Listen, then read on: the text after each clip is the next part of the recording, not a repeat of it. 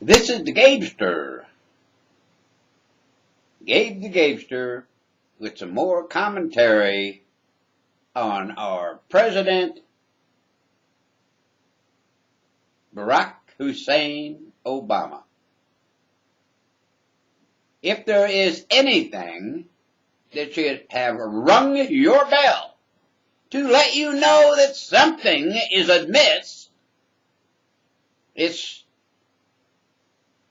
the dropping of the use of the term terror and the war on terror. This is all a whitewash to appease the radical Muslims and jihadists in the world. I think he thinks that if we don't mention terrorists, they won't be terrorists anymore. Well, it don't work like that.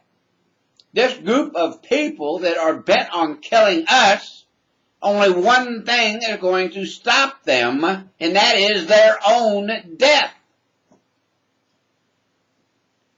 And they are looking forward to that death. There were 72 virgins, you know. Well, you have to wake up. I don't care how liberal Democrat you are, there has to be something in the back of your mind that says, this is not a good thing. This is not good. Not to call terrorists terrorists. Of course, it was probably a prelude, so they give them more footing in order to bring them to civilian trials. Look up the definition of terrorist.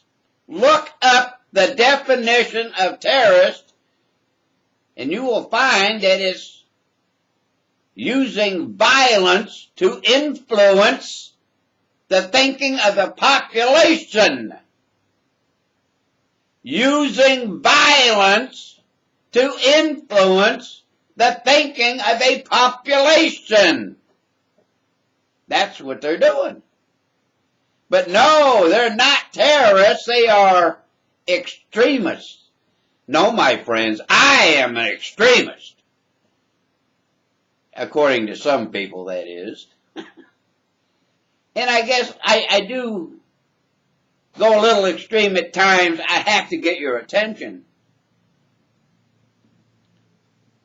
Our current political regime, and that's what it is, it's a regime. It's a bunch of South Chicago gangsters that have taken over our government. It's a small handful of socialists, communists. I don't know if there's any Leninists in there, Marxists, that are bound and determined to reshape, reform, and redo the United States of America. Were we perfect? No, we were not.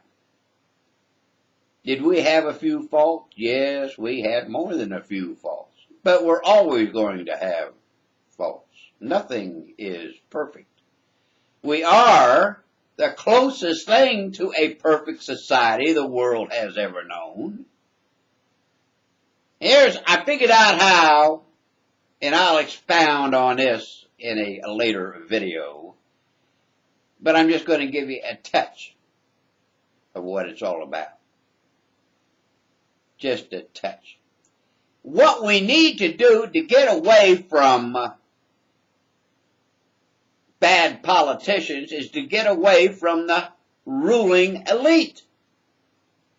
They're the same in a lot of cases. Republicans and Democrats, conservatives and liberals.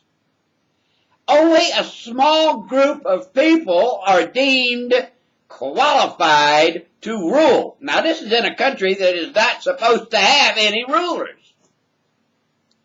We are not supposed to be ruled. We're supposed to have our services administered, not the population ruled over.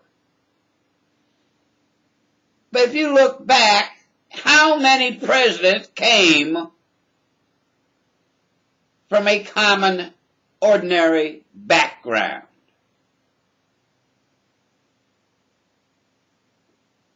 Well, see, Richard Nixon did. JFK didn't. You know, and for if you really want to get down to it, Barack Hussein Obama didn't.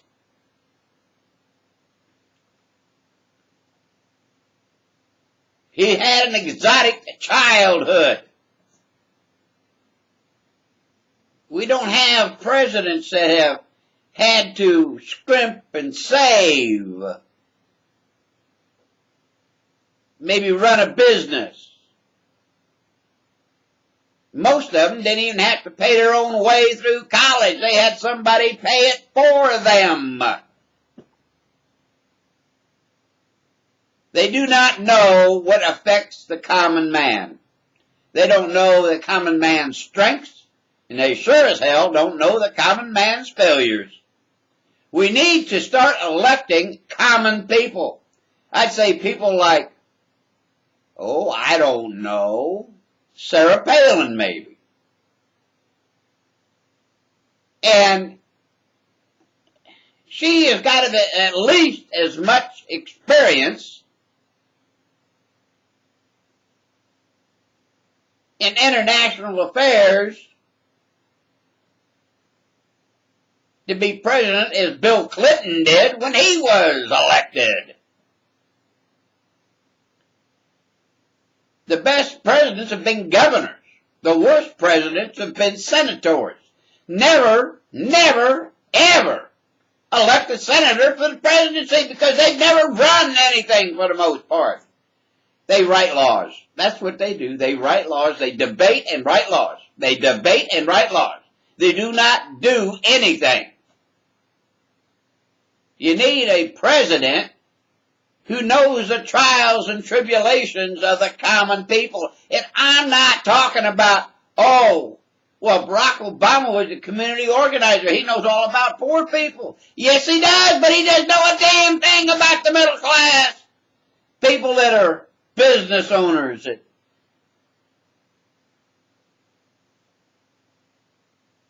have to pay taxes and have to make payroll, have to worry about their employees. He doesn't know a damn thing about that. He's a shill for George Soros, I feel sure. That's what he is. He's a shill for George Soros.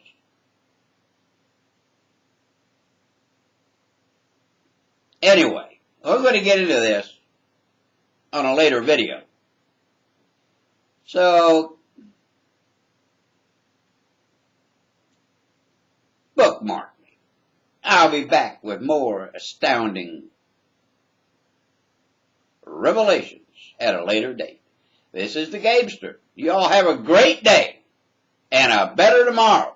Love your neighbor even if they are liberal. And above all, if you're a citizen of the United States of America, love this great country because it's the best country in the world and you'll be no better off anywhere else. I'm out of here. Catch you on the flop.